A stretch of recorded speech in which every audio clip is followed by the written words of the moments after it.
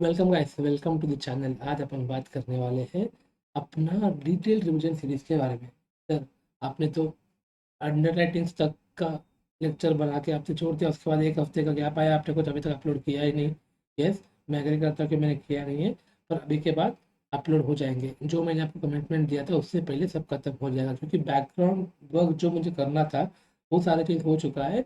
Just मुझे record record करना है, अपलोड करना है, रिकॉर्ड करना है, अपलोड करना है, बस इतना ही चीज़ करना है। ठीक है, तो होपफुली हो जाएगा।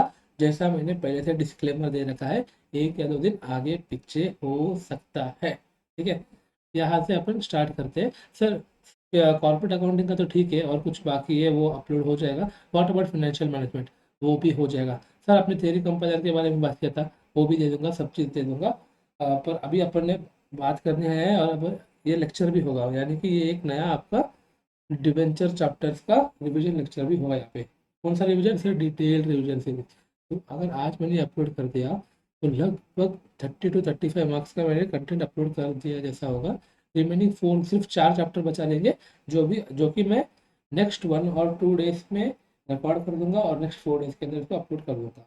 नवंबर 15 से पहले पूरा सिलेबस का कमिटमेंट हुआ था, पर नवंबर 15 से पहले कॉर्पोरेट अकाउंटिंग खत्म हो जाएगा। फाइनेंशियल मैनेजमेंट में take another 10 days from November 15। ठीक है, तो आज अपन स्टार्ट करने वाले क्या सर? चैप्टर का नाम है सर, इसको क्या बोलते हैं? अकाउंटिंग फॉर डिबेंचर्स बोलते हैं क्या? ठीक है, अकाउंटिंग फॉर डिबेंचर। ठीक है, ये चैप्टर जो है ना, ये वेरी वेरी इंपॉर्टेंट है। ठीक है, मैंने यहाँ पे लिखा और आपको बोर्ड नहीं दिख रहा होगा। एक सेकंड, उससे पहले मुझे आपसे एक चीज़ बताना है, जो कि बहुत बहुत दिनों से मैं वेट किया था। वो दिन अभी आ चुका है। So let's go. ठीक है, वहाँ पे मैं आपको बताऊंगा। ये रहा था अपना, यहाँ पे मैंने लिखा था अकाउंटिंग फॉर डिवेंचर्स। देखो, अभी मुझे बस एक चीज़ आपसे ये करना है। दिस इज़ और यूट्यूब चैनल का जो पेज है वो मैं सेटिंग्स ऑन कर लिया है, और यहाँ पे नेम है। ठीक है, अपने चैनल का नाम क्या था? Rohit Karuvanshi for C A students. ठीक है, अभी मैं नेम यहाँ पे चेंज कर रहा हूँ, क्योंकि guys, I am not just Rohit Karuvanshi from now on, I am a qualified C A. ठीक है, ये क्या हो गया भाई? एक सेकंड।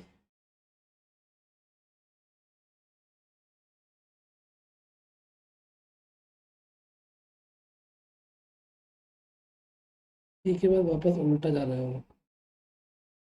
ठीक है सर, आपने पढ़ाई के टाइम मेहनत किया तो यहाँ पे भी आपको मेहनत करना होगा। ठीक है गाइस, ठीक है, मैं चैप्टर चैनल का नाम चेंज कर रहा हूँ, because I am a qualified chartered accountant now. ठीक है, रोहित। ठीक है, ठीक है, ठीक है, ठीक है।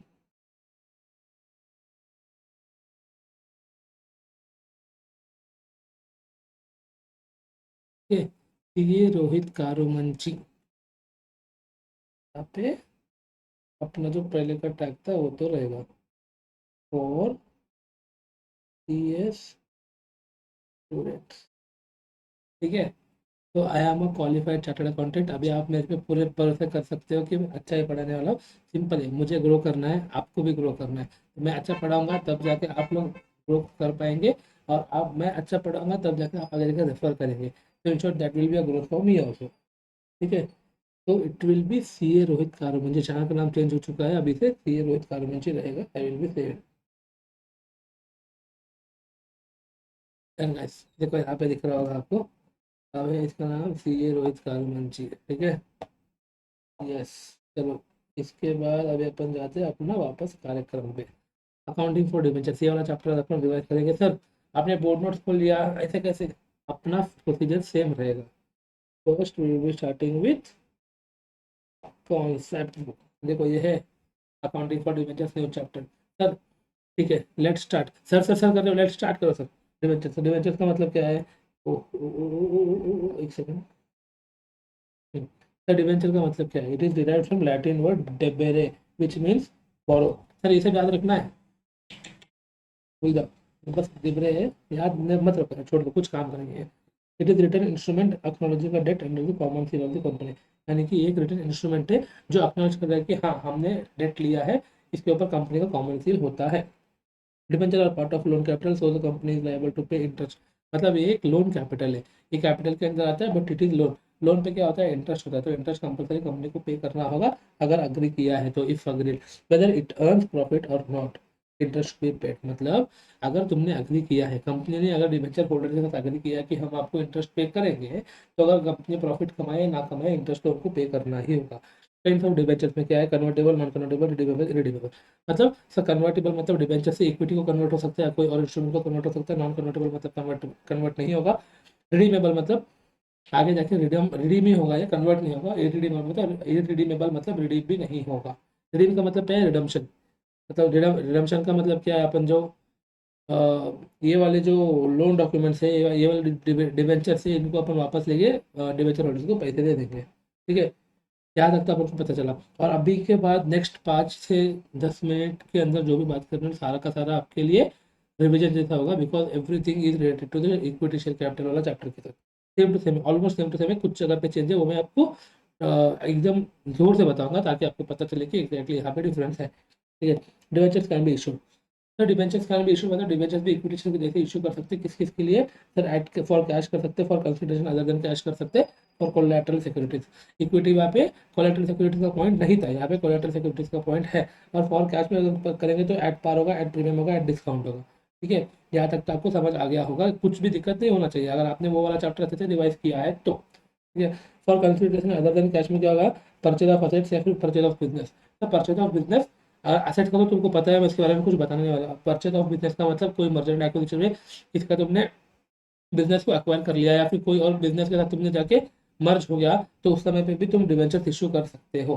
तो उस जो इशू करेंगे उस टाइम पे इसको बोलेंगे पर consideration other than cash and consideration for purchase of business और परचेज ऑफ असेट्स। ठीक है, असेट्स का मतलब वही, अगर तुमने कुछ असेट्स खरीदा, तुमने मतलब I am talking wholly owned point of company. ठीक है, कंपनी पॉइंट ऑफ व्यू से कंपनी ने अगर असेट्स खरीदा है तो कंपनी डिवेंचर इशू कर सकता है to the vendor. Issue of debenture same to same है, कुछ भी चेंज नहीं होगा। Entire issue may be received on application itself or the amount may be payable in installments same like equity shares, application allotment balance in cost। ठीक है, any premium or discount on the issued debenture is generally recorded at the time of allotment। ये वाला disclaimer मैंने वहाँ पे, ये वाला note मैंने वहाँ पे भी आपको लिखवाया था। अगर क्वेश्चन ने कुछ नहीं बोला है तो तुमको डिस्काउंट हो, तुमको प्रीमियम हो, कुछ भी हो, तुमको हमेशा हमेशा हमेशा अलॉटमेंट के साथ ही उसको एडजस्ट करना होता है। अगर क्वेश्चन ने स्पेसिफाई किया तो तुम जैसा क्वेश्चन बोला वैसा करो। क्वेश्चन ने बोला कि नहीं तुमको एप्लीकेशन के साथ अलॉट एडजस्ट करना है, एप्लीकेशन के साथ करो। क्वेश्चन के साथ छेड़खानी नहीं, क्वेश्चन जैसा बोल रहा है वैसा करना ही है। और क्वेश्चन बोल रहा है कि फाइनल फर्स्ट कॉल के साथ करो, चुपचाप फर्स्ट कॉल के साथ करके आ जाना एडजस्टमेंट। ठीक है, और इसके बाद आता है accounting treatment same to same. Issue of debentures at par, अगर पार पे इशू किया तो क्या होगा, पहले बैंक अकाउंट में पैसा आएगा, फिर debenture application allotment to debenture application and allotment account. ठीक है, और जब अलॉट कर देंगे अपन debenture application allotment account to debenture account, simple simple simple. When amount is payable in installment, मतलब यहाँ पे इंस्टॉलमेंट में है पर अभी भी पार पे ये प्रीमियम वगैरह कुछ आया नहीं है, सेम है guys. On receive of application money क्या होगा, bank account to debenture application account. इसको अपन जब अलॉट करेंगे तो debenture application account to debenture account. यहाँ तक तो आपको पता है। जब अलॉटमेंट आएगा, अलॉटमेंट के टाइम पे क्या करते हैं, अपने पहले ड्यू करते हैं, तो पहले ड्यू किया तो क्या होगा, debenture allotment account to debenture account. यहाँ पे bank account debit to debenture allotment account, वहाँ पे क्या कर देते हैं अपन, equity share allotment account to equity share capital account कर देते हैं। यहाँ पे डिबेंचर्स है तो अपन डिबेंचर्स यूज करेंगे, debenture allotment account to debenture capital account. As simple as that. Sir amount भी कितना कितना लेना है, सब चीज़ यहाँ पे लिख के रखा है। ठीक है, यहाँ पे कितना, जितना अलॉटमेंट मनी ड्यू है उतना करेंगे। अगर फोर फीचर वगैरह कुछ हुआ नहीं है तो जितना अपन को आ सकता है, आना है, आ सकता है नहीं, जितना अपन को आएगा ही आएगा। ये वाला मतलब देखो, आगे जाके पैसे दे रहे नहीं दे रहे वो बात की बात है, यहाँ पे अपन ड्यू कर रहे हैं। ड्यू मतलब क्या, जितना ऑलरेडी ड्यू हो चुका है तो पूरा का पूरा अमाउंट अपन यहाँ पे ड्यू करेंगे। जितना एक्चुअल में रिसीव किया with the amount receive on allotment, जितना एक्चुअल में रिसीव किया वो अपन रिसीट के टाइम पे डालेंगे। ठीक है, कॉल मनी का भी सेम, पहले अपन ड्यू करते हैं तो क्या होगा, debenture call account to debenture account, receive होने के बाद bank account to debenture account, same same same. ठीक है, in case of over subscription, ये वाला कॉन्सेप्ट भी ऑलमोस्ट सेम ही है, मैं आपको बता देता हूँ। द एक्सेस मनी में B retained for adjustment towards allotment. वहाँ पे क्या होता था, क्वेश्चन हमको बोलता था कि अलॉटमेंट के साथ एडजस्ट करना, इतना अमाउंट करते हैं तो अपन कर देते हैं। यहाँ पे अपन को सेम वैसे ही अलॉटमेंट के साथ ही एडजस्ट करना होगा। एंड रिस्पेक्टिव कॉस्ट, अगर अलॉटमेंट के बाद एडजस्ट करने के बाद भी कुछ पैसा बच रहा है तो रिस्पेक्टिव कॉस्ट के साथ भी अपन एडजस्ट कर सकते हैं, similar to share application money. ठीक है, but money received from applicants to whom no debentures has been allotted will be refunded to them will be refunded to them. यहाँ तक मैंने फुल स्टॉप लगाया। क्या होगा, अगर 10 लोगों ने अप्लाई किया है डिबेंचर्स के लिए, उसमें से हमने 8 लोगों को एप्लीकेशन एक्सेप्ट किया और बचा हुआ 2 लोगों का एप्लीकेशन रिजेक्ट कर चुके हैं, उनको अपन डिबेंचर दे ही नहीं रहे, तो वैसे वालों का तुम कहीं पे एडजस्ट नहीं कर सकते, उनको पक्का पक्का आपको रिफंड देना ही होगा। सिंपल है ना भाई, मैंने अप्लाई किया, तूने अप्लाई किया, तो आप सॉरी मैंने अप्लाई किया, फिर आप में से कोई एक, मान के चलो राहुल है कोई, राहुल ने अप्लाई किया और मैं रोहित ने अप्लाई किया, मेरा एक्सेप्ट हो गया और राहुल का हो गया रिजेक्ट, तो राहुल का पैसा राहुल को रिफंड मिलना चाहिए ना। राहुल का पैसे से मेरे लिए वो एडजस्ट नहीं कर सकता है, मैंने कुछ एक्सेस पे किया, उसको अलॉटमेंट के साथ एडजस्ट कर सकता है, क्योंकि मुझे डिबेंचर अलॉट हो चुका है। राहुल का पैसा जो एप्लीकेशन के टाइम पे पे किया था वो राहुल को वापस मिलेगा ही मिलेगा।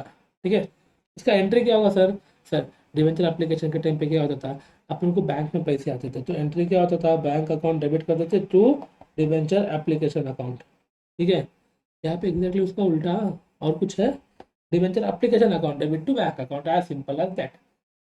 ठीक है, issue of debentures at premium, sir इसमें कुछ चेंज है? नहीं है, इल्ले same to same.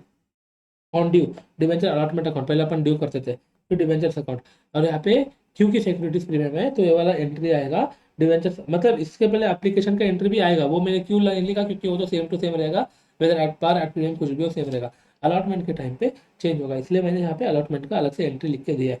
Debenture allotment account debit to debentures account to securities premium account, ये क्या हो गया, ड्यू एंट्री हो गया। जब रिसीव करेंगे तब डिवेंचर का पैसा भी रिसीव करेंगे, सिक्योरिटीज प्रीमियम का भी पैसा रिसीव करेंगे, तो ये जो वाला जो है ना डिवेंचर अलॉटमेंट अकाउंट, ये वाला यहाँ पे आके रिवर्स होगा और अपन पैसे रिसीव करेंगे बैंक में। समझा? सर एंट्री क्या होगा, bank account debit to debenture allotment account. ठीक है, फर्स्ट में सर ड्यू एंट्री क्या था, debenture allotment account to debentures account, यहाँ पे होगा फेस वैल्यू, यहाँ पे होगा प्रीमियम अमाउंट, मैं यहाँ पे आपको लिख देता हूँ ताकि कंफ्यूजन ना हो। ठीक है, फेस वैल्यू या फिर नॉमिनल वैल्यू बोल सकते हैं, और यहाँ पे होगा प्रीमियम अमाउंट। तो कितना डिफरेंस है सर आपका हैंड राइटिंग में और आपका दीदी का हैंड राइटिंग में? अरे भाई, दूसरा चीज़ भी तो है, कितना डिफरेंस, दूसरी चीज़ का डिफरेंस है, क्या है? सर मैं चार्टर्ड अकाउंटेंट हूँ, वो नहीं है। ये भाई क्या फील है, क्या फील है गाइस, इतने सालों का या फिर इतना कंसिस्टेंटली वर्कआउट जो करते हो उसका तुमको जब रिजल्ट मिलता है ना, तो अभी तुम पढ़ रहे होंगे, तुम्हारे दोस्त मज़े कर रहे होंगे, पर जिस दिन रिजल्ट आएगा ना, उस दिन तुमको जो फील होगा ना, तुमको लगेगा कि हर एक मिनट जो मैंने स्पेंड किया था it's totally worth it. C S में ज़्यादा फर्क नहीं है, डिग्री अलग है, पर इज्जत जो मिलता है ना सेम टू सेम है, 99% सेम टू सेम है guys। जिन लोगों को सी एस के बारे में पता नहीं होता है शायद वो लोग नहीं देंगे, पर जिनको दोनों डिग्री के बारे में पता है या फिर जिनको सी एस के बारे में पता है ना, तुमको ऐसा पूछेंगे लोग ना, आप क्या करते हो? सर मैं सी एस हूँ, उनका सच पहले छूट जाते हैं, फिर उनका वो तुमको ये लेवल के क्वेश्चन करने का सोचते रहते हैं, या फिर ये लेवल पे आपसे बात करने का सोचते रहते हैं, वो ऑटोमेटिकली उनका ग्रेड बढ़ा देते हैं, बोलते हैं ये तो आगे वाला सी एस है, इसको ये वाले लेवल की बातें करना है। इतना डिफरेंस आता है और मुझसे एक्सपीरियंस हो रहा है इसलिए मैं आपको बता रहा हूँ। ठीक है, back to basics, on receipt तो आपने आपको बता दिया। ठीक है, इसके बाद issue of debenture sir discount, sir यहाँ पे है डिफरेंस, इक्विटी शेयर्स को हम डिस्काउंट पे इश्यू नहीं करते थे, ओनली स्वेट इक्विटी शेयर्स को करते थे, तो यहाँ पे क्या होगा सर, डिबेंचर्स का भी ऐसा ही है, डिस्काउंट पे इशू नहीं करना है, नो, डिबेंचर को आप बिंदास इश्यू कर सकते हो डिस्काउंट पे। ठीक है, यहाँ पे आ जाओ, the debentures are issued at a price lower than the nominal value of the debentures, मतलब इसको डिस्काउंट कब बोलेंगे, मार्केट वैल्यू से कुछ संबंध नहीं है, नॉमिनल वैल्यू से अगर कम है तो इसको अपन बोलेंगे discount. Debentures are said to be issued at discount, मतलब ये पूरा एक सेंटेंस है गाइस, मैंने बीच में स्टॉप कर दिया था। The debentures are issued at a price lower than the nominal value of the debenture, the debentures are said to be issue at discount. ठीक है, such discount will be written off against the capital profits or revenue profits of the company, यानी कि वो discount, अगर तुम्हारे पास capital profits है तो उससे तुम मतलब उससे तुम डिस्काउंट दे सकते हो, या फिर रेवेन्यू प्रॉफिट से भी दे सकते हो, मतलब यहाँ पे और लिखा है, तो दोनों में से कोई भी चलेगा। तो इसका कुछ रिलेवेंस है क्या? हाँ है, आगे जाके ट्रीटमेंट के टाइम पे आपको पता चल जाएगा। सर ट्रीटमेंट क्या है, डिवेंचर अलॉटमेंट अकाउंट, ये क्या होगा, ड्यू के टाइम पे डिस्काउंट हो प्रीमियम हो, तुम हमेशा हमेशा अलॉटमेंट के टाइम पे ही एडजस्ट करते हो, ये अपन ने सीख के आया। तो debenture allotment account discount on issue of debenture, discount यहाँ पे क्यों, क्योंकि discount is loss for the company, profit and loss का कंट्रोल, मतलब नॉमिनल अकाउंट का अपन रूल्स अगर देखेंगे तो डेबिट करते हैं अपन एक्सपेंसेस को, तो एक्सपेंसेस है loss, discount on issue of debentures to debentures account, यहाँ पे क्या होगा, यहाँ पे मान के चलो अलॉटमेंट अपन 10 रुपीज़ का सोच रहे होंगे, पर अपने डिस्काउंट 1 रुपये का दिया है, तो डिवेंचर्स का वैल्यू यहाँ पे क्या होगा 10। होपफुली समझ में आया होगा, ठीक है। यानी कि यहाँ पे 10 रुपीज़, ये तो नॉमिनल वैल्यू पे रहेगा, यहाँ पे अपन कुछ भी चेंज नहीं करेंगे। और मान के चलो 1 रुपये का डिस्काउंट है तो 9 रुपये का अलॉटमेंट होगा टोटल, ठीक है। समझ में आया ना, कुछ कंफ्यूजन तो नहीं। मैं थोड़ा बहुत ऐसा हिल गया था कि कुछ मैंने गलत बोल दिया क्या, पर नहीं, मैंने सही बोला है। Issue of debentures for consideration other than cash. देखो यहाँ तक अपन ने जो किया था ना, ये एक एक एक अलग से सेट जैसा मान के चलो, मतलब ये एक अलग पार्ट है क्वेश्चन इस चैप्टर का, एकदम easy part which is already we have learned in equity share capital. Everything is almost same like that only. अगर ये तुमको आया तो चुपचाप नाम चेंज करने का, इक्विटी शेयर कैपिटल के जगह पे डिवेंचर, प्रेफरेंशियल कैपिटल की जगह पे डिवेंचर, बाकी सब सेम टू सेम, ठीक है। इसके बाद अदर देन कैश, सर ये भी सेम है, 100% सेम है। अ कंपनी में allot debentures on par on premium और discount to vendors of vendors as a payment for purchase price of the assets, ठीक है। अगर तुम असेट्स कर रहे हो तो एंट्री क्या होगा, सर असेट अंदर आएगा तो क्या होगा, sundry assets account to vendor account. Sir vendor account क्यों, क्योंकि उनको पेमेंट करना बाकी है अभी, तो वो क्रेडिट नेचर का बन जाएगा, टू वेंडर अकाउंट, ठीक है, with value of assets purchase. और यहाँ पे sundry assets account to sundry assets account goodwill account to vendor account, ये कब आएगा, अगर गुडविल क्रिएट हो रहा है, if more value of debentures allotted than value of assets. यानी कि यहाँ पे मैं आपको एग्जांपल दूँ तो मैं यहीं पे देता हूँ और मैं काट देता हूँ, ठीक है। इसको एग्जांपल के तौर पे देखो, अगर आपने असेट लिया है 100 करोड़ का, और डिवेंचर्स आप, ओके,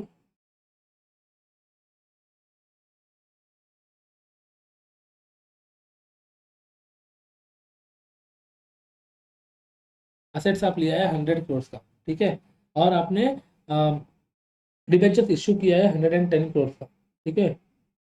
डिवेंचर्स आपने इशू किया है 110 करोड़ का, तो क्यों सर 10 करोड़ का क्यों एक्स्ट्रा अपन इशू करेंगे, just because the goodwill of that asset और company whatever it is, ठीक है। ये 10 करोड़ जो है ना, ये एक्स्ट्रा अपने पे किया तो अपने लिए ये एसेट बन जाएगा, तो ये क्या बन जाएगा, इसको अपन बोलते हैं गुडविल। तो ये अपने लिए असेट है तो इसको अपन ऐड करेंगे अपने इसमें। देखो एंट्री क्या होगा, जो असेट लिया था वो असेट, मतलब ये जो असेट लिया था अपन ने, ये असेट आएगा इधर पे, ठीक है। और ये जो गुडविल क्रिएट किया था ये गुडविल अकाउंट आएगा यहाँ पे, ठीक है। गुडविल अकाउंट भी डेबिट होगा क्योंकि that is an asset, intangible asset. और टोटल 110 जो अपन ने पे किया वो आएगा यहाँ पे वेंडर पे, समझा। सर वेंडर क्यों, डिवेंचर्स क्यों नहीं, आगे सेकेंड एंट्री आ जाएगा। इसको मैं कर देता हूँ रब, ठीक है। ओ, ओ, ओ, ओ, ओ, ओ, ओ, ओ,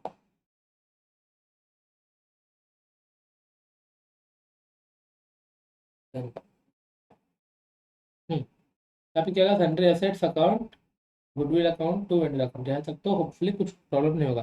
सर आपने जो एग्जांपल दिया था ना उसमें एग्जैक्टली उल्टा हो गया, तो अपने 100 का उसका असेट्स ले लिया और अपने पेमेंट सिर्फ 90 का ही किया, तो उस असेट में कुछ ना कुछ कमी है, उस कंपनी में कुछ ना कुछ कमी है, तो अपन इसलिए अपन ने उसको कम में पे किया है, मतलब अपने लिए वो प्रॉफिट है, प्रॉफिट है तो क्या होगा उसको अपन, oh my God,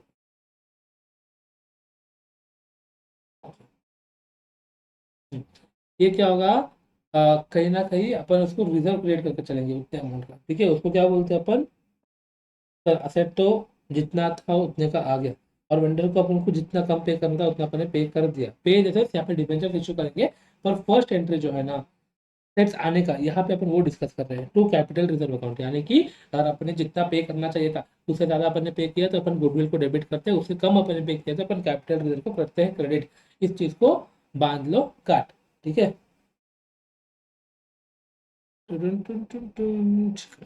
on allotment of debenture, sir किस चीज़ का अलॉटमेंट, जो अपन ने असेट परचेज किया, जो अपन ने ऊपर एंट्री मारा असेट परचेज का, वो वाला इसको ही अभी अपन पेमेंट कर दे।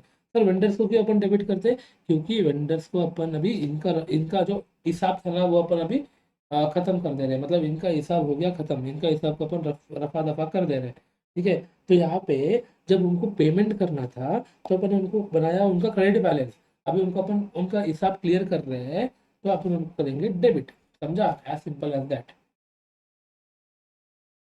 और तुमको एक और लॉजिक चाहिए इसका, तो ये अपने से पैसा या फिर डिवेंचर जो भी है वो ले रहा है, तो डेबिट द रिसीवर, ऐसा मान के चलो, पर वो एक्चुअल में तुमको याद रखने लायक है, ठीक है। Vendors account debit to debentures account, debentures क्यों, क्योंकि अपन यहाँ पे पैसे नहीं दे रहे, यहाँ पे अपन डिवेंचर्स इश्यू कर रहे हैं, और एट पार है तो सिर्फ डिबेंचर जाएगा, एट प्रीमियम है तो डिबेंचर जाएगा फेस वैल्यू का, सिक्योरिटीज प्रीमियम होगा प्रीमियम वैल्यू का, प्रीमियम वैल्यू, ठीक है, समझा। यहाँ पे जाएगा फेस वैल्यू, यहाँ पे जाएगा प्रीमियम वैल्यू, होपफुली समझ गए होंगे। और थर्ड, अगर डिस्काउंट पे है तो वेंडर अकाउंट जितना देना था उसको उतना दे देंगे, डिबेंचर अपन कम का इश्यू करें तो बचा हुआ अमाउंट जाएगा डिस्काउंट में। डिस्काउंट था इसलिए अपन ने उसको डेबिट कर दिया, सिक्योरिटीज प्रीमियम था इसलिए अपन ने उसको क्रेडिट कर दिया। देखो, डिबेंचर्स अपन प्रीमियम पे इश्यू कर रहे हैं मतलब क्या है, अपने लिए प्रॉफिट है, ठीक है, 10 रुपए का अपन 11 रुपए के हिसाब से इश्यू कर रहे हैं टू वेंडर, ठीक है। तो अपने लिए ये 1 रुपए का जो है ना वो प्रीमियम है, तो इसलिए अपन यहाँ पे सेम एंट्री जैसा अपन इक्विटी में करते थे वैसा ही करते हैं। तो डिस्काउंट यहाँ पे डेबिट क्यों, क्योंकि डिस्काउंट मतलब अपने लिए लॉस होने वाला, यही, इतना ही, एकदम बेसिक जो तुमने 11th में पढ़ के गए थे ना, वही वही चीज, उतना ही बेसिक यहाँ पे काम करो, तुमको कोई कंफ्यूजन नहीं होगा। CS डिग्री है, CA FM है, हमको नहीं आता है, ये जो तुम सोचते सोचते रहो सर डिवेंचर्स नहीं सर प्लीज सर डिवेंचर्स हमको नहीं करना है, ऐसे सोचते रहोगे तो तुम वहीं पे फंस जाओगे। वरना क्या है बताओ, अब तक अपन ने क्या किया, डिवेंचर्स डिवेंचर्स कर रहे थे तुम, ये सब तो तुमको भी आता होगा, पर मैं बता रहा हूँ ना, मेजोरिटी वहाँ भी है, सिर्फ आखिर का 30-35%, 40% कंटेंट जो है वो नया है, नया इन द सेंस वो अलग है, ठीक है, वो भी अपन कर लेंगे यहीं पे, ठीक है। ये इंपॉर्टेंट है, issue of debentures and collateral security, जहाँ तक तो अपन ने कर लिया है गैस, इसका कर लिया था, यस। फिर issue of debentures as collateral security, ये क्या है, देखो पहले अपन ने पढ़ा था 3 टाइप्स था, issue for cash, issue for other than consideration other के, इश्यू एज कोलैटरल सिक्योरिटी, ये 3 टाइप था, इसमें थर्ड टाइप है। कोलैटरल सिक्योरिटी का मतलब क्या है, collateral security is additional security besides primary security when a company obtains a loan और ओवरड्राफ्ट फ्रॉम बैंक्स और एनी अदर फाइनेंशियल इंस्टीट्यूशन। यानी कि मैं हूँ रोहित, ठीक है, मैं गया बैंक में, मैं बोलूँगा कि मुझे 10 करोड़ रुपए चाहिए लोन, तो बोलेंगे भाई किस भरोसे पे दूँ मैं, तू मुझे क्या देगा, कुछ ना कुछ तो सिक्योरिटी चाहिए। मैं बोलता हूँ ठीक है, मेरा घर है, मेरा एक फार्म हाउस है, वो फार्म हाउस को आप रख लो कोलेट्रल पे। आपका फार्म हाउस तो सिर्फ 6 करोड़ का वैल्यू है, और 4 करोड़ के लिए क्या करेंगे, या फिर आपको फार्म हाउस भले 10 करोड़ का होगा पर हमको वो थोड़ा एक्स्ट्रा और भी चाहिए सिक्योरिटी, तो आप क्या करेंगे, मैं बोलूँगा ठीक है मेरा कंपनी है, मेरा कंपनी का डिबेंचर्स को मैं इशू कर देता हूँ सिर्फ कोलेट्रल सिक्योरिटी के, एज अ कोलेट्रल सिक्योरिटी। तो बोलेगा ठीक है, तो इसको जो मैं कोलेट्रल सिक्योरिटी की तरह इशू किया था वो वाला एक्चुअल इशू तो नहीं है वो, अगर मैंने कुछ डिफॉल्ट किया पेमेंट में तो आगे जाके वो उसको एक्चुअल इशू बना सकता है, पर एज ऑफ नाउ तो मैंने बस उसको सिक्योरिटी दिया है। तो इसका ट्रीटमेंट कैसा होगा, बुक्स में आ जाओ, इसका एक्चुअली 2 टाइप्स है। उसमें फर्स्ट ट्रीटमेंट का नाम है, यहाँ पे देखो मेथड 1, इसका नाम है डू नथिंग, मतलब कुछ करो ही मत, तुम इश्यू कर दिया, तुमने जो किया वो करो, कोलैटरल सिक्योरिटी रखो, बुक्स में उसका कुछ छेड़खानी मत करो, मतलब it means no accounting entry is required to be shown in the books of account, मतलब इसके बारे में बुक्स ऑफ अकाउंट में कुछ भी तुमको दिखाना ही नहीं है। तो फिर कैसे पता चलेगा, एक छोटा सा नोट लिख के आना है, बताओ, at the time of issue of such debentures because there is not immediate liability created by the company। अगर मैंने कुछ डिफॉल्ट किया, मैं रोहित कारवंशी, सॉरी मैं CA रोहित कारवंशी कुछ डिफॉल्ट किया, तो आगे जाकर कंपनी को वो डिबेंचर्स का पैसा पेमेंट करना होगा। मैंने कुछ डिफॉल्ट किया ही नहीं, मैं एकदम अच्छे से पेमेंट करते रहा हूँ, तो जो डिबेंचर्स अपना कोलैटरल सिक्योरिटी रखा था वो तो कुछ काम का है ही नहीं, क्योंकि बैंक आके वापस कंपनी से तो पूछेगा नहीं, क्योंकि मैंने एकदम अच्छे से दे दिया सब पैसा। तो as of now immediate liability उसका क्रिएट नहीं हुआ है। देखो, immediate liability created by the company, not immediate liability created by the company, ठीक है। But the existence of debentures issued as collateral security has to be mentioned by the way of note. तो ये क्या note है, notes मतलब notes to account जो balance sheet में करते हैं ना, उसमें आपको दिखाना होगा note in the balance sheet under the specific loan account. मतलब बैलेंस शीट में एक लोन बनाता है, वहाँ पे तुमको ब्रैकेट में लिखना होता है कि यहाँ पे ऐसा ऐसा सीन है, ऐसा ऐसा सीन है, हमने इसको इश्यू करके रखा है एज अ कोलैटरल सिक्योरिटी, कोई दिक्कत नहीं, कुछ नहीं करना है, बस नोट्स टू अकाउंट्स में डिस्क्लोज करना है। इसको मैंने इंग्लिश में भी लिख दिया है, आप जब रिवीजन करने के टाइम पे ये पढ़ लो, आपको ईजी हो जाएगा। सर मेथड 2 क्या है, ये अच्छा है, ठीक है, record in the books of accounts. Sir वहाँ पे डू नथिंग कर देते हैं, आप रिकॉर्ड करना है और कुछ नहीं है, पर रिकॉर्ड करने के टाइम पे नॉर्मल इंटरेस्ट नहीं है, इसके इंटरेस्ट कुछ अलग है, एक स्टेप में आपको आगे लेके जा रहा हूँ, ईजी है, बहुत ईजी है। नॉमिनल इश्यूज एंट्री पास करना है बट यूज डिवेंचर, मतलब जो नॉर्मल इश्यू करने के टाइम पे अपने एंट्रीज को पास करते थे वही एंट्रीज पास करना है। तो यहाँ पे ना पैसा आया ना पैसा गया, कुछ भी नहीं हुआ, ना कोई डिबेंचर होल्डर से ना कुछ भी नहीं है, तो यहाँ पे यूज करेंगे अपन debenture suspense account. There will be a one new account which is called debenture suspense account, उसको अपन इशू करेंगे, उसको अपन यूज करेंगे, ठीक है। इश्यू के टाइम पे क्या करेंगे, सर डिबेंचर्स इशू करते हैं अपन, तो एक्चुअल एंट्री क्या होता था, बैंक अकाउंट डेबिट, यहाँ पे बैंक अकाउंट आता था और टू डिबेंचर्स अकाउंट कर देते हैं। यहाँ पे पैसे आया नहीं सर, तो यहाँ पे अपन करेंगे डिबेंचर सस्पेंस अकाउंट, ठीक है। और ये हमेशा नॉमिनल वैल्यू पे रहेगा, यहाँ पे डिस्काउंट प्रीमियम कुछ किसी का बात चल ही नहीं रहा है क्योंकि वो अभी तक लाइबिलिटी हुआ ही नहीं है, तो nominal account. There will be no effect of debenture suspense account will be shown in the asset side of the balance sheet. तो मतलब सर ये देखो यहाँ पे अगर मैंने डिबेंचर इशू किया तो ये मान के चलो अपना बैलेंस शीट है, तो यहाँ पे क्या होगा, डिबेंचर्स नाम पे 10 करोड़, 10 करोड़ का एंट्री हुआ, नहीं दिख रहा है, नहीं दिख रहा है, नहीं दिख रहा है, नहीं दिख रहा है।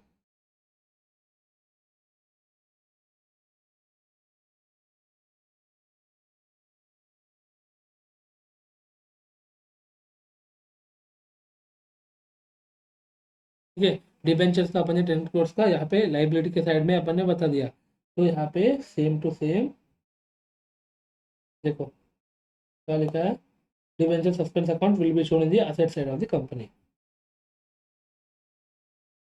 यहाँ पे असेट साइड में डिबेंचर सस्पेंस अकाउंट लिखूंगा, डिबेंचर सस्पेंस 10 करोड़, ये 10 करोड़ क्रेडिट साइड में, ये 10 करोड़ डेबिट साइड में, दोनों का दोनों टैली हो गया। बैलेंस शीट पे नया कुछ इसका इम्पैक्ट नहीं होगा, 10 करोड़ मैंने यहाँ पे ऐड किया, 10 करोड़ मैंने यहाँ पे ऐड किया, दोनों मिलकर जीरो बन गए, ठीक है, as simple as that.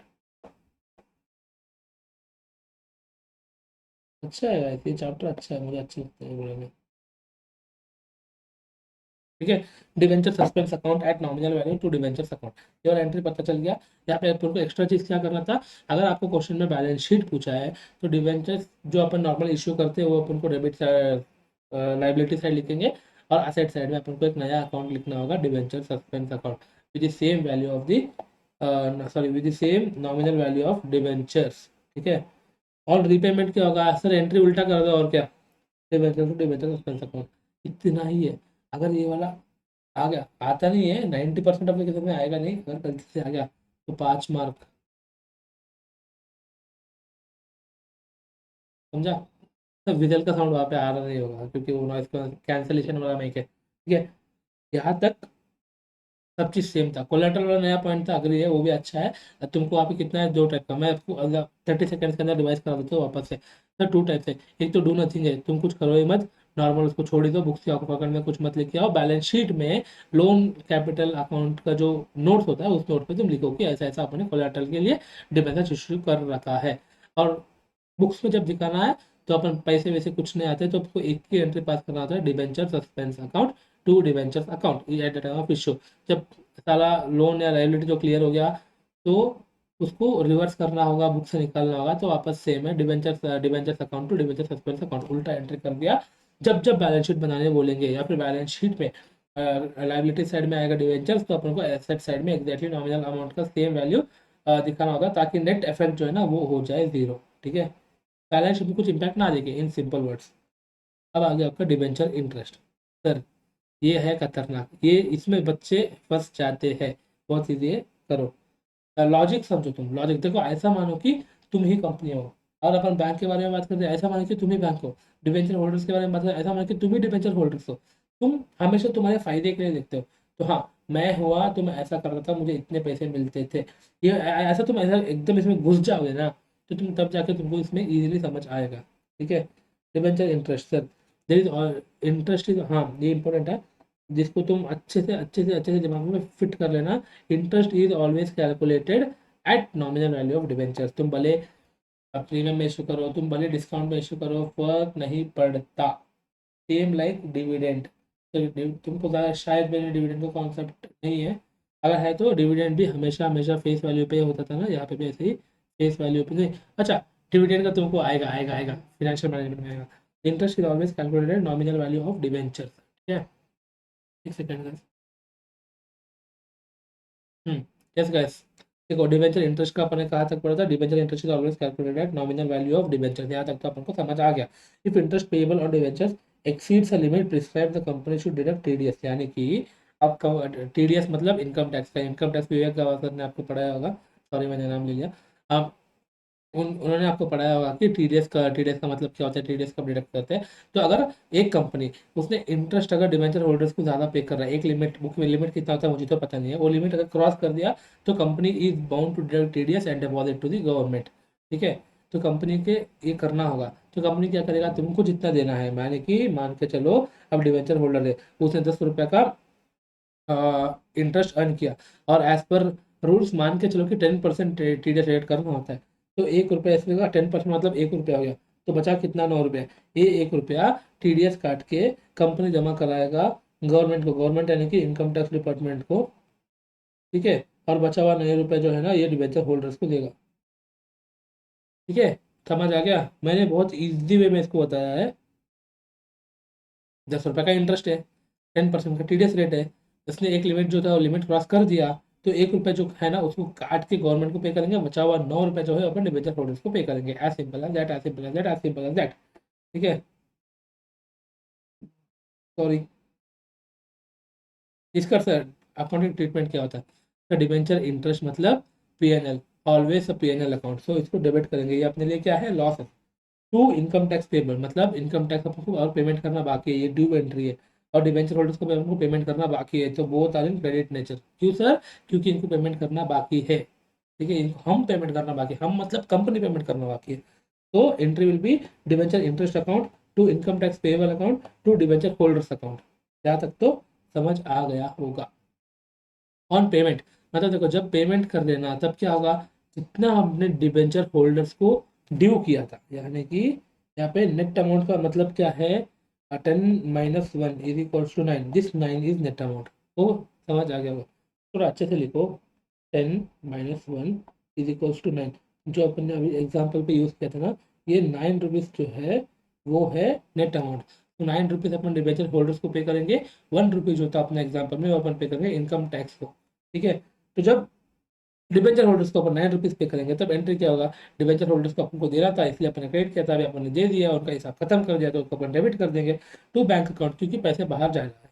Same with TDS, मतलब जो 1 रुपया अपन को गवर्नमेंट को देना था वो अगर अपन ने दे दिया, तो जो इनकम टैक्स पेबल अकाउंट को अपन ने क्रेडिट किया था उसको अपन डेबिट करेंगे अभी डेबिट, और पैसा बाहर जा रहा है जो उसको अपन को करेंगे क्रेडिट, उसको अपन करेंगे क्रेडिट। ठीक है, on transfer of interest expenses to PNL, यानी कि इंटरेस्ट एक्सपेंसेस या फिर डिबेंचर इंटरेस्ट के नाम का अपन ने जो यहाँ पे अकाउंट ओपन किया था उसको अपन पीएनएल में ट्रांसफर कर देंगे, तो अकाउंट का जो है वो जीरो हो जाएगा और प्रॉफिट एंड लॉस में जाएगा अपना डिबेंचर इंटरेस्ट जितना है उतना।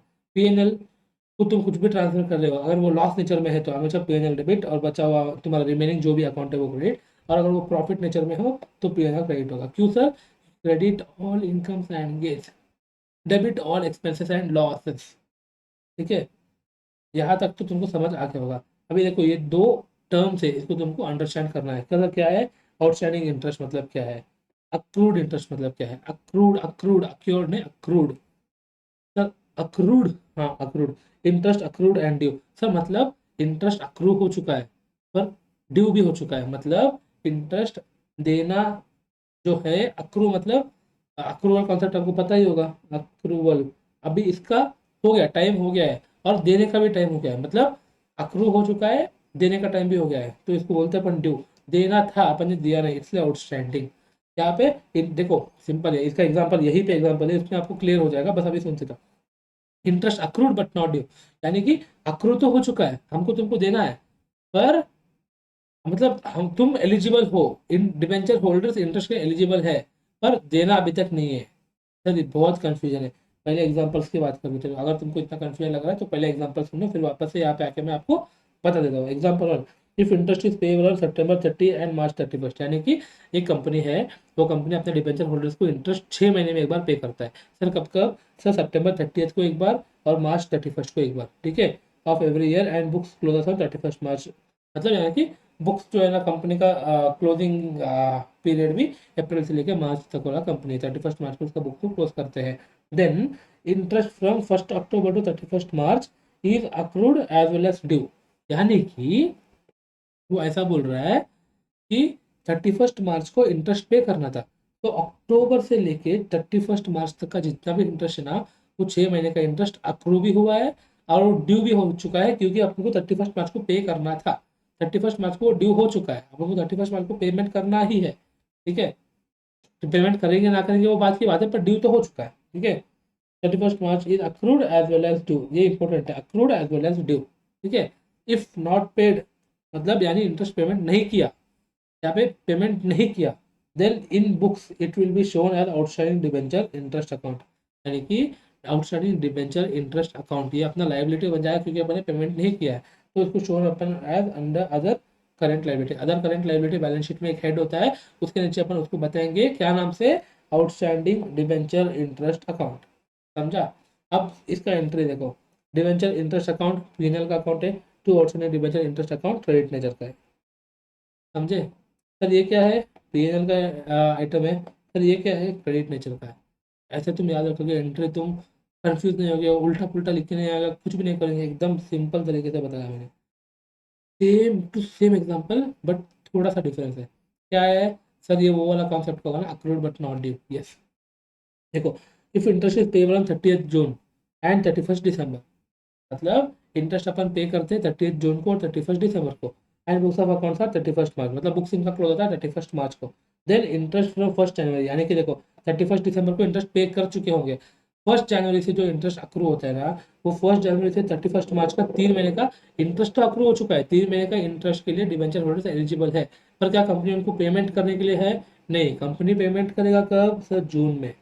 डिबेंचर के डिबेंचर बोल रहा हूँ, दिसंबर के बाद सीधा सीधा कंपनी जून में इश्यू, जून में पेमेंट करेगा। गॉट इट, एक second.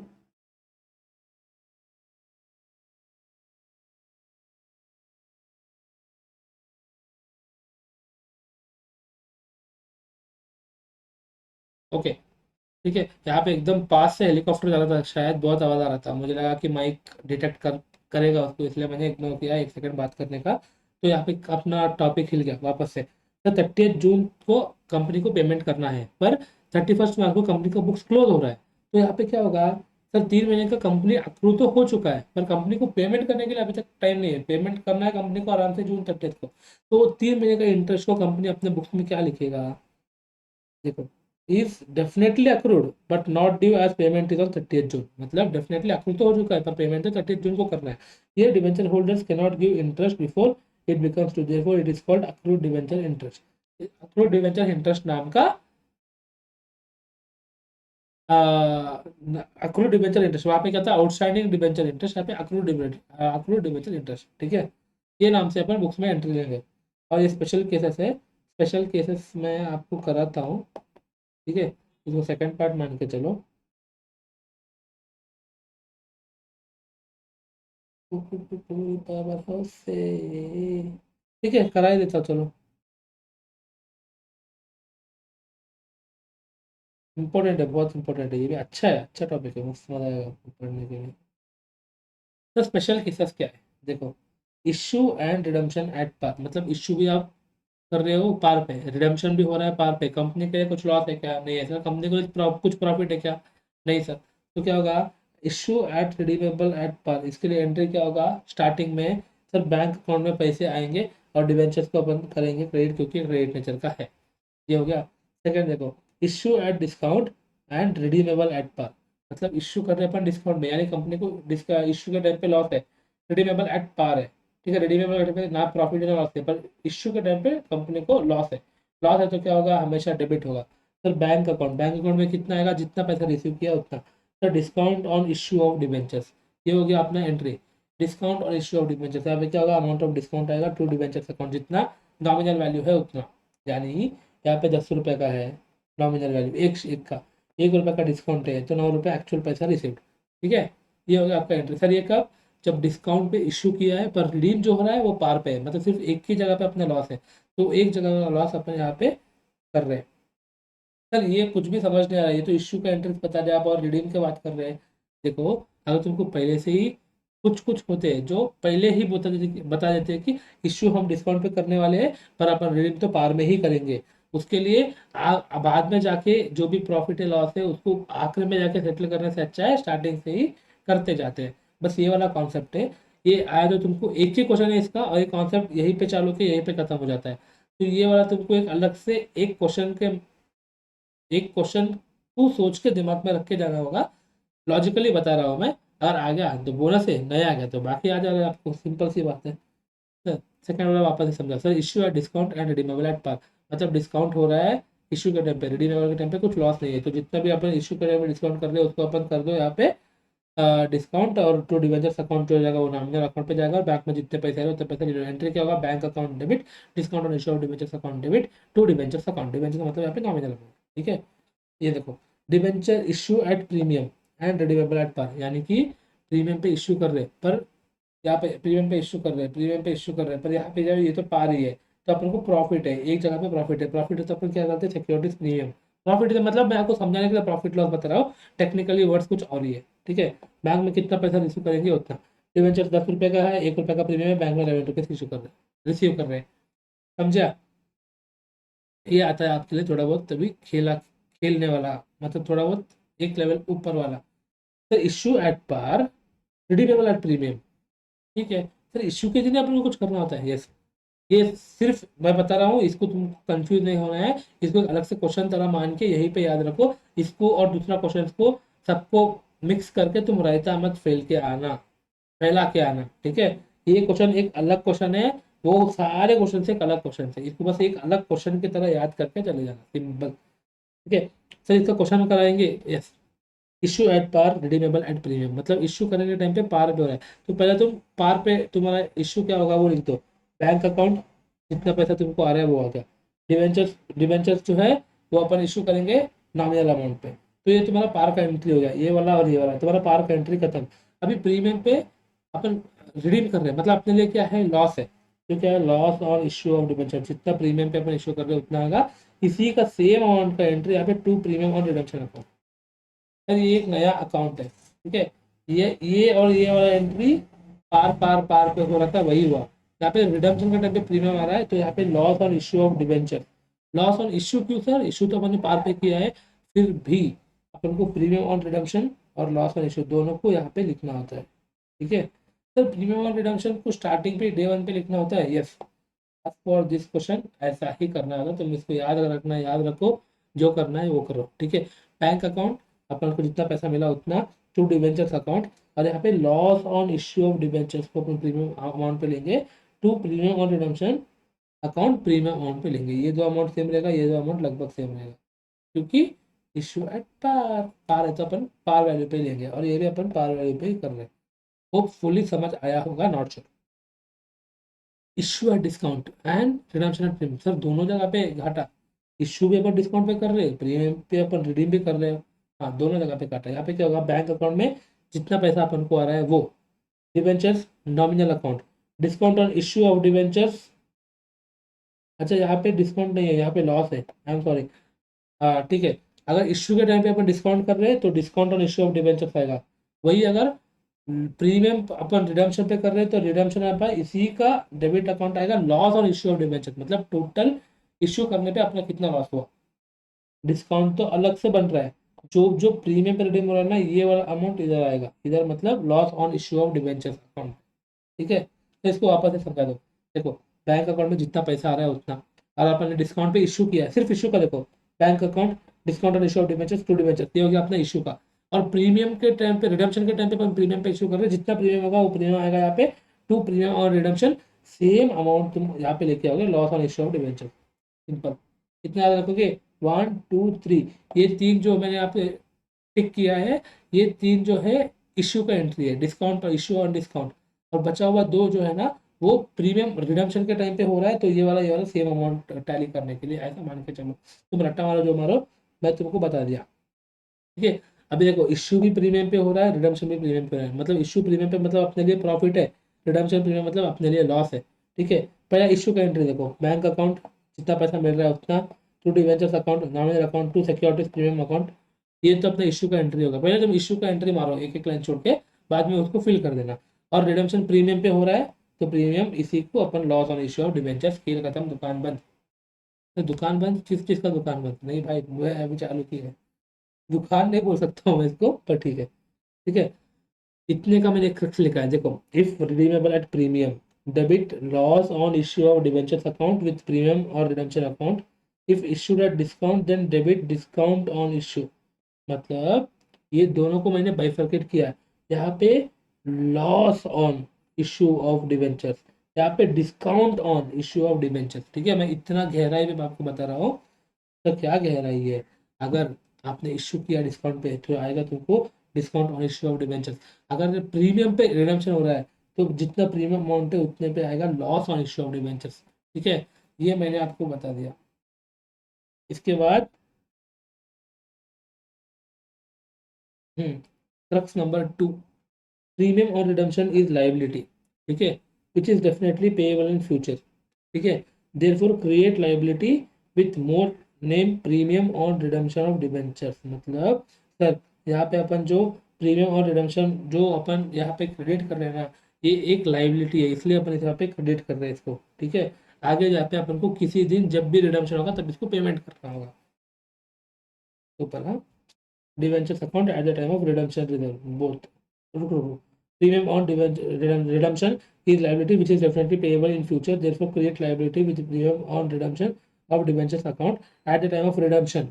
At the time of redemption, reverse both redemption, sorry, debentures account, premium on redemption of debentures account and credit debenture holders account। यानी कि जो अपने दो क्रेडिट, देखो आखिरी में जाके प्रीमियम पे रिडीम करेंगे, अपन को डे वन पे ही पता है, तो अपन डे वन से इसका क्रेडिट बैलेंस मेंटेन करके रख रहे हैं ताकि आगे जाके अपन को पेमेंट करना पड़े।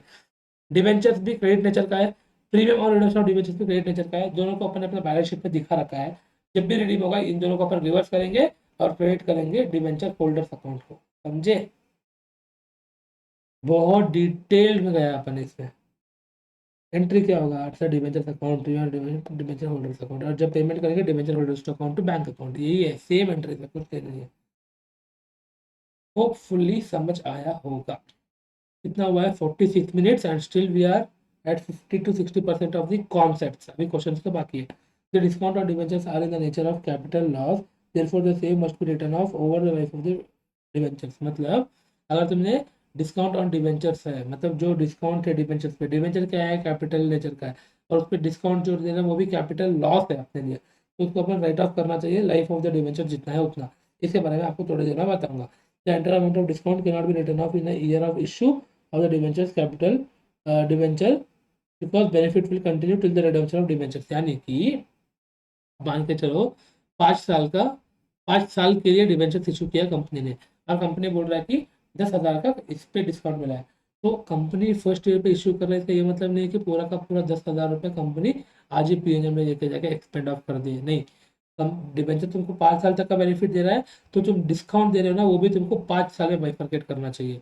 मतलब हर साल 2,000 रुपया आप लेके जाएंगे पीएनएल में, बचा हुआ 8,000 आपका रहेगा, वो आप लाइबिलिटी साइड ही दिखाते रहोगे उसको। ठीक है, यहाँ पे देखो टू अल्टरनेटिव है। टू अल्टरनेटिव मतलब it can be return off against capital profits, it can be treated as deferred revenue expenditure and write off against revenue over the period of debentures. मतलब देखो ये कैपिटल प्रॉफिट्स है, तो उसमें तुम सीधा सीधा लेके जाके कैपिटलाइज कर दो, यानी कि तुम्हारा कैपिटल में से उतना डिस्काउंट को कम कर दो, या फिर तुम इसको रेवेन्यू ट्रीटमेंट देना चाहते हो। हाँ, एक प्रॉफिट एंड लॉस का तुम ट्रीटमेंट इसमें, प्रॉफिट एंड लॉस में तुम लेके जाना चाहते हो, तुम एक साथ 10,000 नहीं लेके जा सकते हो, तुम हर साल 2,000 रुपये लेके जा सकते हो। ठीक है, तो तुम लोग पढ़े होंगे ना कैपिटल नेचर रेवेन्यू नेचर। अगर तुम कैपिटल नेचर इसको ट्रीट करना चाहते हो तो तुम कैपिटल प्रॉफिट इसको लेस कर दो, रेवेन्यू नेचर तुम इसको ट्रीट करना चाहते हो तो हर साल इसको जितना भी साल डिबेंचर का लाइफ है उतना साल में इसको राइट ऑफ कर दो। आ जाएगा, समझ आ जाएगा। मतलब बता दूंगा नंबर्स के साथ खेलेंगे अपन। Two methods can be used, fixed installment method, fixed installment method, the total amount of discount should be write off by the equal installment of fixed amount over the period। जो मैंने आपको बताया वो fluctuating instalment method, मतलब if debentures are repaid in installments then write off discount in proportion to unpaid amount of debentures। अच्छा, इसमें भी जो राइट ऑफ कर रहे थे अपन पीएनएल में, उसमें भी दो टाइप के मेथड्स है। एक तो जैसा मैंने बताया था इक्वल इक्वल इक्वल इक्वल, और सेकेंड मेथड में राइट ऑफ करो डिस्काउंट को कैसे, in proportion to unpaid amount of debenture.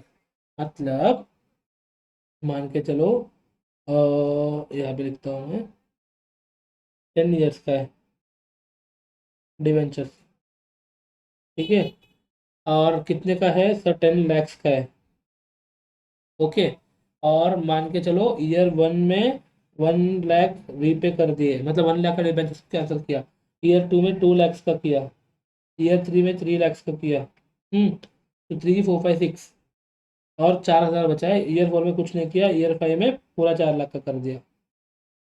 ठीक है, तो अब डिस्काउंट कितने का था सर? डिस्काउंट था 10,000 का। सर 10,000 में यहाँ पे 1 लाख इसको रिडीम किया तो 1,000 रुपीज़ जाएगा पीएनएल में। यहाँ पे 2 किया है तो यहाँ पे 2,000 जाएगा पीएनएल में। यहाँ पे 3,000 जाएगा पीएनएल में। यहाँ पे कुछ भी नहीं है तो यहाँ पे कुछ नहीं करेंगे, यहाँ पे 4,000 जाएगा पीएनएल में। तो 4 3 3 2 1 टोटल हुआ 10,000। समझा? मैंने आपको एक बस ऐसे छोटा एग्जांपल के जरिए समझाया है। इसके क्वेश्चन भी आ सकते हैं, उसमें अपन करेंगे। ठीक है सर, आउटस्टैंडिंग अमाउंट जितना है वो वाला प्रपोर्शन में अपन इसको करेंगे ट्रांसफर टू पीएनएल। ठीक है, समझा ना guys?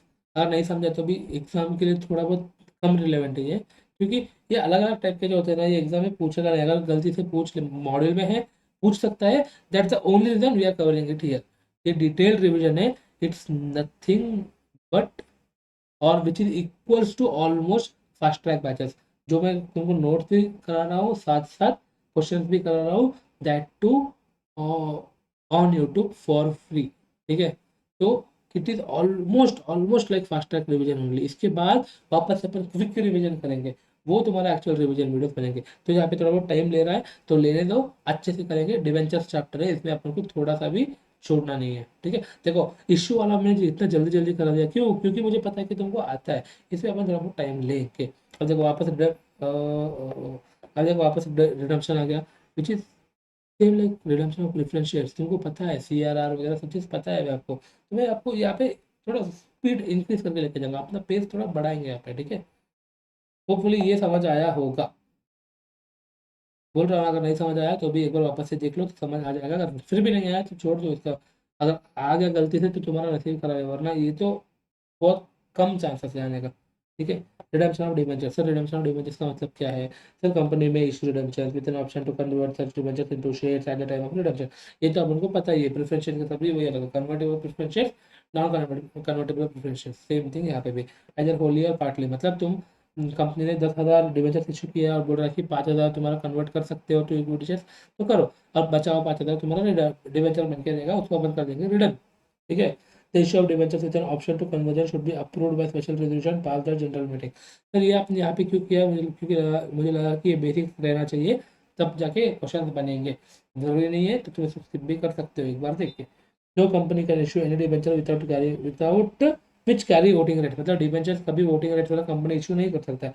when debentures are issued by a company, it should create a debenture redemption reserve account out of profits available for payment of dividend। ये नया चीज है sir.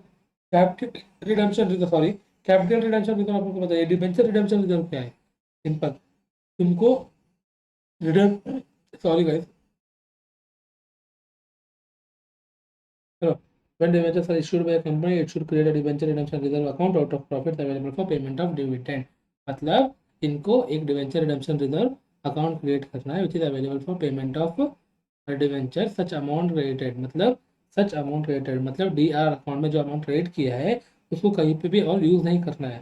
Should not be utilize by the company for any other purpose other than redemption of debentures. मतलब जो D R account में पैसे उसके debenture को रिडम्पशन कर ही सकते हैं, उसके अलावा और कुछ भी या फिर और कहीं भी यूज नहीं कर सकते। ठीक है, creation of DRR is mandatory. Sir mandatory मतलब कंपलसरी है, इसको तुमको यूज क्रिएट करना ही होगा। सर कब करना है?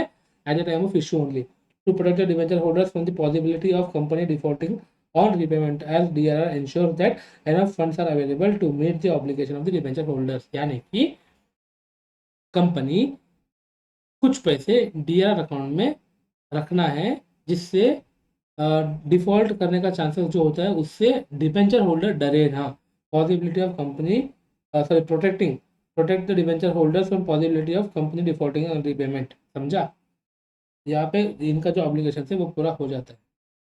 एग्जाम्पल क्या है? If ABC limited issues 10 crores worth of rupees debenture in April 2025 with a maturity date of March 2035, मतलब 10 आज, then ABC limited need to create a DRR with 1 CR that is 10%। जितना भी हो 10% का अमाउंट तुमको DRR में transfer करना होता है at the time of issue. Investment in debenture redemption reserve account, sir ये क्या है? All listed NBFCs, all listed एचएफसीज, एचएफसीज का मतलब बताता हूँ, all listed companies other than banking financial institution एआईएफआई, all unlisted companies not non NBFC HFC शाल, मतलब ये चारों को शाल डिपॉजिट और इन्वेस्ट करना होता है ऑन और before 30 April in each year, मतलब 30 अप्रैल से पहले एक साल में जितना भी डिबेंचर इशू करते हैं ना, उसका उतना अमाउंट उनको इन्वेस्ट करना होता है, इन्वेस्ट करना होता है, डिपॉजिट करना होता है कब? Before 30 December 30 April in each year in respect of debentures issued a sum which not be less than 15% of the debentures maturing during the year, मतलब इस साल जितने भी डिबेंचर्स मेच्योर कर सकते हैं इस साल, यानी during the year and 31 March of next year, मतलब अप्रैल 1 से 31, ये बन लेता हूँ, मान के चलो 2015 चल रहा है सर, अभी दिख रहा है? ठीक है, 2015 चल रहा है, अप्रैल 1 15 टू 31 मार्च 16, ठीक है, ये एक साल में जितना वैल्यू का डिवेंचर रिडीम होने वाला है, खत्म मैच्योर होने वाला है, उसका 15% you should invest in debenture redemption reserve account. तो अपन यहाँ पे दो चीज पढ़ा, first thing DRR account, second is DRRI। DRR मतलब क्या? Debenture redemption reserve account. TRRI मतलब debenture redemption reserve investment account, जहाँ पे कंपनी इन्वेस्ट करेगा, ठीक है।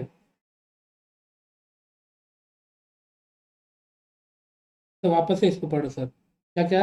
जो भी लिस्टेड कंपनी है वो NBFC, HSC, listed company, unlisted company, other than banking companies, जो है उनको कंपलसरी 30 अप्रैल से पहले डिपॉजिट या इन्वेस्ट करना होता है। क्या इन्वेस्ट करना होता है, किस चीज़ का इन्वेस्ट करना होता है? In respect of debentures issued a sum which not less than 15% of the amount of debentures maturing during the year, मतलब इस साल जितना डिबेंचर मैच्योर हो रहा है उसका 15% इनको इन्वेस्ट करना होता है, ठीक है। वेयर टू डिपॉजिट, ये अलग से क्वेश्चन बन के आ सकता है। वेयर टू डिपॉजिट, कंपनी का deposit in any of the following, deposit with schedule bank, invest in unencumbered securities, unencumbered मतलब जो आसानी से मिल जाए, आसानी से लिक्विड बन जाए, और वो भी किसी का? सेंट्रल गवर्नमेंट या स्टेट गवर्नमेंट का ही। Invest in any unencumbered securities mention in clause ABCDEFGH of Indian trust act, ये सब चीज़ें अलग से आ सकता है, इसलिए मैंने इस क्वेश्चन बना के दे दिया। इन्वेस्ट इन अनएनकम्बर्ड बॉन्ड्स, ठीक है, unencumbered bonds, unencumbered securities, unencumbered securities of central government, state government, इतना याद रख लो, तुम इतने में लिख दो। और इंडियन एक्ट 1882, एक चीज याद रखो, अगर तुमको गलती से अलग से क्वेश्चन बन के आ गया क्वेश्चन नंबर 6 में, तो वहाँ पे तुम उसको कोट करके आ सकते हो। 5 मार्क में लिखा जाएगा, 2 मार्क तो मिल जाएगा अगर तुम उसको चूज कर ले हो तो, ठीक है। Important note, the amount deposit or invested should be utilized for any other purpose other should not be utilized for any other purpose other than the redemption of debentures maturing during the year, मतलब ये पैसे को debenture mature होने के बाद इसी को बेच के इसका पैसा तुम मेच्योरिटी में यूज कर सकते हो, मतलब उसका पेमेंट के लिए यूज कर सकते हो। अमाउंट इन्वेस्टेड और deposit shall not be any time fall below 15% of debentures value maturing during the year, मतलब 15% से कम कभी होना नहीं चाहिए। इन case of partially convertible debentures DRR should be created only on non convertible portion, मतलब अगर convert हो रहा है तो उनको आप उनको पैसे कुछ देना होता है क्या? इक्विटी शेयर दे देते हैं, तो कन्वर्ट हो जितना हो रहा है उतने पे कुछ नहीं करना है, जो रिडीम हो रहा है सिर्फ जितना पार्ट रिडीम हो रहा है सिर्फ उतने पार्ट का ही अपने यहाँ पे क्रेडिट करते हैं। सर इसके लिए एक एग्जांपल दे दो, चलो आ जाओ। 10 करोड़ का, चल बड़ा करो सर, 10 करोड़ का टोटल मेच्योर होने वाला है इन 2014-15 में, ठीक है, तो 10 साल पुराने, यस। इसमें से 5 करोड़ जो है ना ये कन्वर्टेबल है, ठीक है, तो बचा हुआ 5 करोड़ जो है ना ये क्या है? ये रिडीम होने वाला है। 5 करोड़ का 15% जितना होता है ना सिर्फ उतना ही अपन DRRI में करते हैं, ठीक है, इतना ही अपन को करना है सर। 5 करोड़ का 15% कितना होगा? 75 lakhs, I guess, if I am not, ठीक है, सिर्फ इतना ही अपन को DRRI में इन्वेस्ट करना होता है, जो कन्वर्टेबल पार्ट है उसका कुछ नहीं करना होता, ठीक है।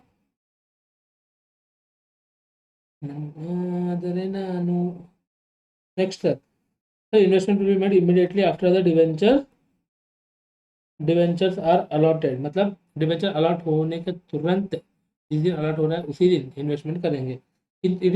If in question allotment date is not mention create on first day of the year, समझा? ये तो हो गया सर। अब आएगा इंपॉर्टेंट पार्ट, अकाउंटिंग ट्रीटमेंट, इसी का क्वेश्चन आ सकता है, ठीक है। On creation of DRR account, DRR account upon create करें, ये तो हर एक क्वेश्चन में तुमको दिखेगा, 10% 15% हर एक क्वेश्चन में दिखेगा, जो भी तुमको एग्जाम में दिख रहा है, apart from basic issue question जो अपन ने अब तक किया था।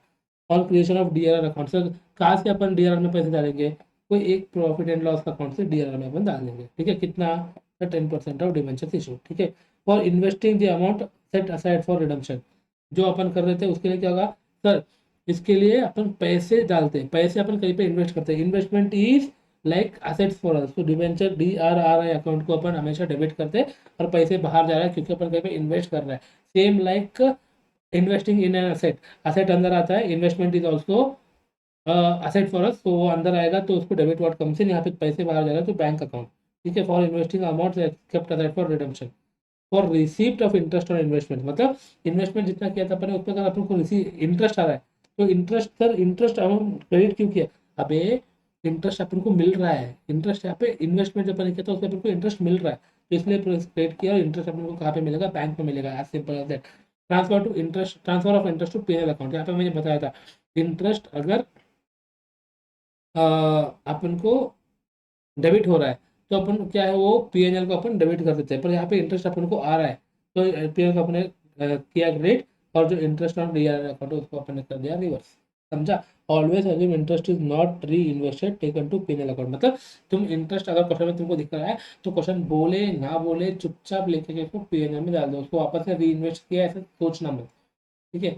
Eight the time of redemption of debenture, अब तब क्या होता है, इशू करने के टाइम पे अपन जो कर रहे थे, DRR में 10% डाल दिया, DRRI में 15% डाल दिया, DRRI का जो इंटरेस्ट मिला उसको अपन ने ले लिया, और वो इंटरेस्ट को अपन ने पीएनएल में ट्रांसफर कर दिया, यहाँ तक अपन ने एंट्री किया। अब अपन करेंगे eight the time of redemption of debenture, ठीक है, फॉर एनकैशमेंट ऑफ DRR, देखो अपन रिडीम करना है, रिडीम करने के लिए अपन DRR का पैसा यूज कर सकते हैं, ऐसा अपन ने पढ़ के आया, तो अपने पास पैसे आने के लिए पहले इन्वेस्टमेंट को बेचना पड़ेगा, इन्वेस्टमेंट जो इन्वेस्ट किया था उसको अपन को रिवर्स करना होगा, तो पैसे आएगा, DRR बाहर जाएगा, बाहर जाएगा क्यों, क्योंकि वो असेट था, असेट को हम बेच रहे, डेबिट वर्ड गम से क्रेडिट वर्ड गोस आउट, ठीक है।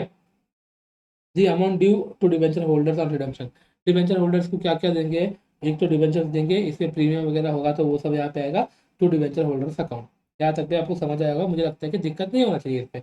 On payment of debenture holders, debenture payment करेंगे तो क्या होगा सर, उनका हिसाब खत्म, अपना पैसा बाहर जाएगा, डेबिट वर्ड कम से क्रेडिट वर्ड को साथ पैसा गया बाहर, इसलिए अपने इसको कर दिया credit. After redemption of debentures DRR should be transfer to general reserve, ये सबसे इंपॉर्टेंट है, यहाँ पे सब लोग मतलब 9 आउट ऑफ 10 लोग जो होते हैं ना, ये एंट्री को भूल जाते हैं, यहाँ तक तो एकदम खतरनाक करते हैं सर, ये तो हमको पता है, ये वाला एंट्री करते हैं, और इंस्टीट्यूट अगर 5 मार्क का क्वेश्चन पूछ रहा है तो ये वाला एंट्री को एटलीस्ट 1.5 से 2 मार्क्स अलॉट करके रखता है।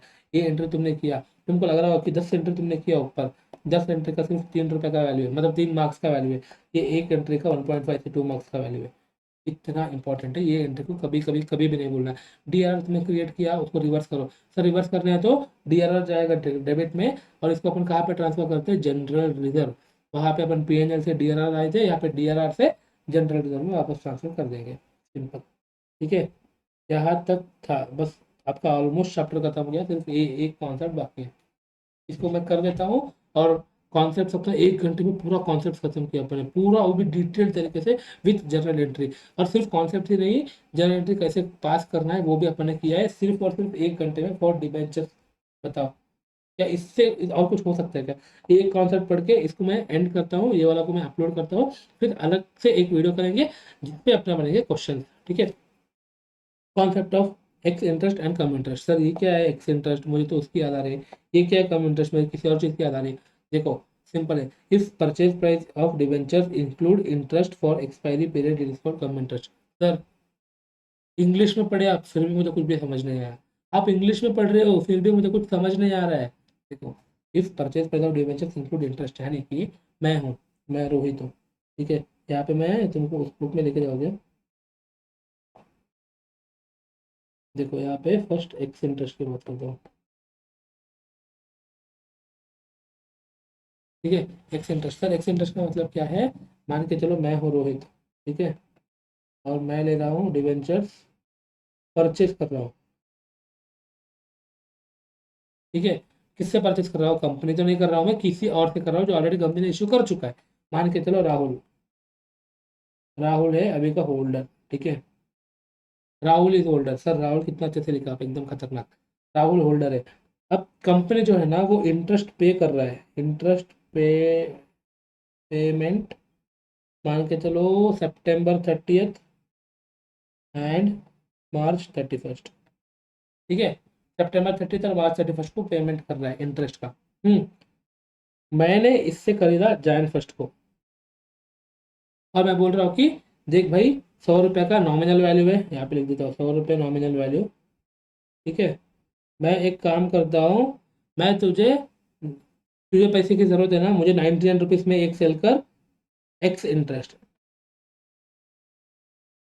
सर मतलब मान के चलो 1000 डिवेंचर्स मैं खरीद रहा हूँ, ठीक है।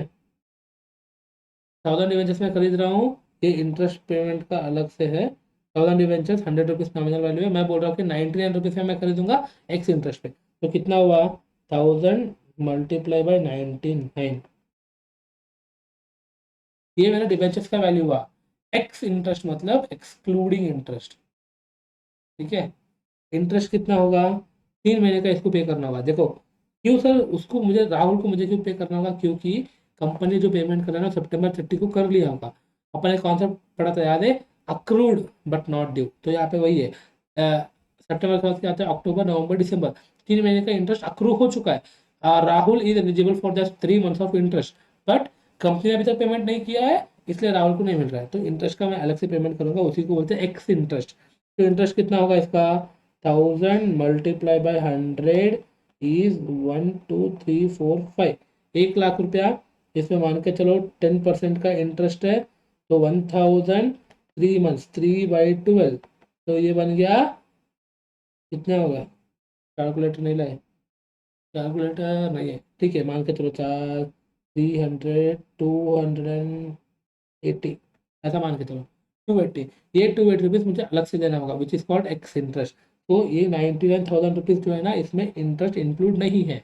वही अगर कम इंटरेस्ट होता तो 99,000 में इंटरेस्ट इंक्लूड होता है। तू तेरा इंटरेस्ट का जो करना है कर ले, मुझे 99 रुपीज़ कम इंटरेस्ट में दे दे, तू बाद में जो करना है कर ले। तुझे वो इंटरेस्ट लॉस मान के चल, मुझे पता नहीं, मुझे इतने पे चाहिए, मैं इंटरेस्ट वगैरह अलग से देने वाला नहीं हूँ। तो वो बन जाएगा कम इंटरेस्ट, एक्स इंटरेस्ट मतलब इंटरेस्ट अलग से देना होगा राहुल को for the period where interest is accrued but not due, ठीक है। ये वाला मैं रखता हूँ, ठीक है, इसको तुम समझ आओगे। एक्स इंटरेस्ट और यहीं पे कम इंटरेस्ट लिखूंगा, होपफुली समझ गए होंगे। और ये तुम सिर्फ बोर्ड नोट्स अगर तुम देखोगे तो तुमको ये समझ नहीं आएगा, लेक्चर के साथ तुम बोर्ड नोट्स देखोगे तो तुम्हें समझ आएगा। अभी तुम यहाँ पे देख लेना, वहाँ पे पढ़ लो, फिर अपना कॉन्सेप्ट हो जाएगा खत्म। If purchase price of debenture include interest for the period of expiry period, it is called come interest. तो यहाँ पे क्या हुआ, सर ये 99 रुपीज़ में इंटरेस्ट भी इंक्लूडेड है, मैं अलग से 280 रुपीज़ देने वाला नहीं हूँ, तो ये बन जाएगा कम इंटरेस्ट, ठीक है। If purchase price of debentures include interest for the expiry period, it is called come interest. If purchase price for the debentures exclude the interest of expiry period, expiry period मतलब वही जितना accrue हुआ था पर due नहीं हुआ था, it is called x interest. If debenture purchased exactly on the date when the interest and debentures are due, this concept doesn't apply। मतलब 31 मार्च को इंटरेस्ट पेमेंट था, September 30 को इंटरेस्ट पेमेंट था, उसी दिन अगर लेन देन कर रहे थे हम लोग, तो अक्रू कुछ हुआ ही नहीं, जितना अक्रू था उतना ड्यू हो चुका, तो कंपनी राहुल को दे देगा, तो टेंशन नहीं है। ये वाला का वही मीनिंग है, ये तुम समझ गए होंगे। क्वेश्चंस में इसका बहुत महत्व है, ठीक है। एज ऑफ नाउ मैं यहाँ पे स्टॉप करता हूँ रिकॉर्ड को, क्वेश्चंस के साथ आएंगे। सो we are done with concepts, that too in just 1 hour 8 minutes, with all the time pass, with all the journal entries, with all the small detail, ठीक है। तुमको इससे अच्छा कंटेंट फॉर कंसेप्ट शायद ही बहुत कम जगह पे मिलेगा, या फिर बहुत ही कम जगह पे मिलेगा, that too in this much less time. Depend अगर तुम सर्च कर लो 4 4 5 5 घंटे के रिविजन लेक्चर पड़े होंगे, बट इतने कम समय पे with time pass, with time pass मतलब क्यों बोल रहा हूँ मैं, उसके बिना नहीं होगा यार पढ़ाई अपना, उसके बिना हम पढ़ाई कर ही नहीं सकते, थोड़ा बहुत तो इधर उधर का चाहिए, राइट। तो ये हो गया। इसके साथ साथ ये वाला नोट्स जो है ना, मैं आपको डाल दूंगा टेलीग्राम चैनल पे, जिसका नाम वहाँ पे भी चेंज कर रहा हूँ, CA Rohit Karmanchi for CA students, for CS students, ठीक है। तुमको CS सुनाई देगा पर CS की बोला, Rohit Karmanchi, CA Rohit Karmanchi signing off. यहाँ पे तुमको मोबाइल नंबर है, मेल ID है, उस पर तुम डाउट्स वगैरह जो चाहिए वो पूछ लो, हर जगह मैं अवेलेबल हूँ। एंड प्लीज़ सब्सक्राइब करो, आपके दोस्तों को रेफर करो, ये वाला चैप्टर छोड़ के जाने का गलती बिल्कुल मत करना। रेफर करो, ताकि कमेंट भी करो, ताकि वो यूट्यूब का प्रोग्राम के हिसाब से और स्टूडेंट्स को ये रिकमेंड होता है। ठीक है, thank you so much, thank you for joining, all the best, अच्छे से करो। We will rock it, December 25 अपना है। ठीक है, बाय।